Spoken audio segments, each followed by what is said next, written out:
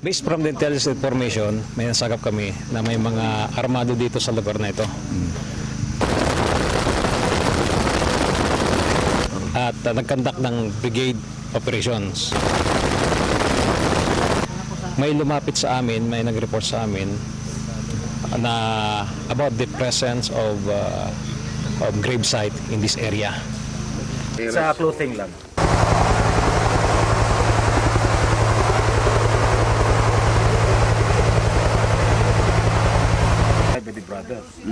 Paano rin?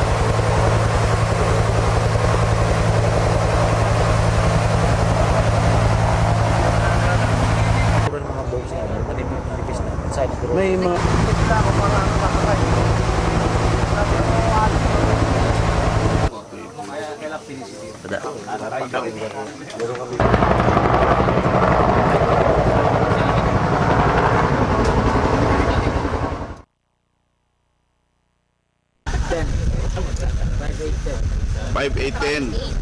Dito ka, baka makita mo. Pinatay nila ang tatay ko at kapatid ko. Tapos, gusto ko, pag nakita ko yung mga NPA, gusto ko pumatay sa kanila.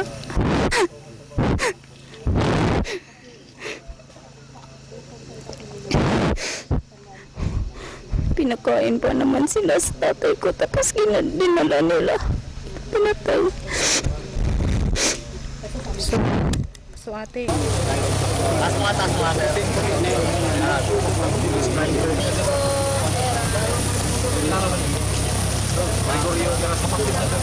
Kapatid mo?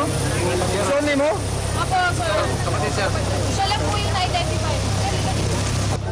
Sa damit, ma'am. Oo. Kilala ko ang damit. Bakit kung araw ba nahuli siya, nakita mo? Nakikita ko. Oo. Ano kwento mo? Pakikwento. Ato paghuli, ang ipigi padapa ng iso na ho. Ang gagapos, ang damit,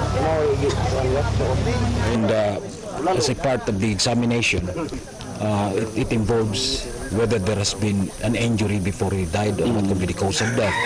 Some of them were tortured, some were stabbed, some were hacked. So,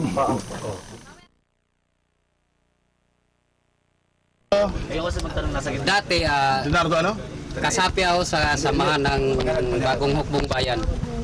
Ano po nakita nyo? Nakita nyo, nasaksihan nyo yung mga Yung patay? nasaksihan ko noon sa pangyayari ng panahon ng BD, sabi nila, linisin daw ang organisasyon dahil marami nang nakapasok na naka-infiltrate sa organisasyon. Ang nakita ko noon sa pangyayari, tinorture ang hinuli nga tao. Pag kuan sa pag-aresto sa tao, gipadapa gitiunan sa pusil. Tapos gigapos. Pagdala na sa area nga dito sila madesisyonan, pareha din nga lugar nga ni ang taghang nakalubong. Pag torture sa tao, padupa, gipahigda sa juta, ginapos ang kamot og tiil, tapos sinuntok, patid, tapos naglikit og plastik kining silupin, gisindihan ang silupin, gipato sa lawas sa tao. Saksyan na aktual dito, pero alam ko yung nangyari dahil nakita ko yung order eh. Ang nag-order ito, yung taga front committee. Pero ang order talaga nga ako, ang galing sa central committee. Kasi si Maria Sison, si Luisa Landone, saka si Saturo Campo. Si Maria Sison, Luisa Landone, at saka si Saturo Campo. Perhaps the words gruesome, animalistic, barbaric are not even enough to describe what you have seen. That is why your armed forces of the Philippines and the officials of this land, national and local, are even more determined now to end this cruelty and oppression of the New People's Army. In the name of the Father, and of the Son, and of the Holy Spirit, Amen. My dear friends, we are gathered here to bless the skeletal remains and to pray for the souls of all those persons who are buried here. As a great sign of our sympathy for the loved ones and relatives of the victims, let us join our hearts and minds in prayer and reverence to the Lord our God, so that God, in His mercy and love, forgive their sins and welcome them into His heavenly kingdom.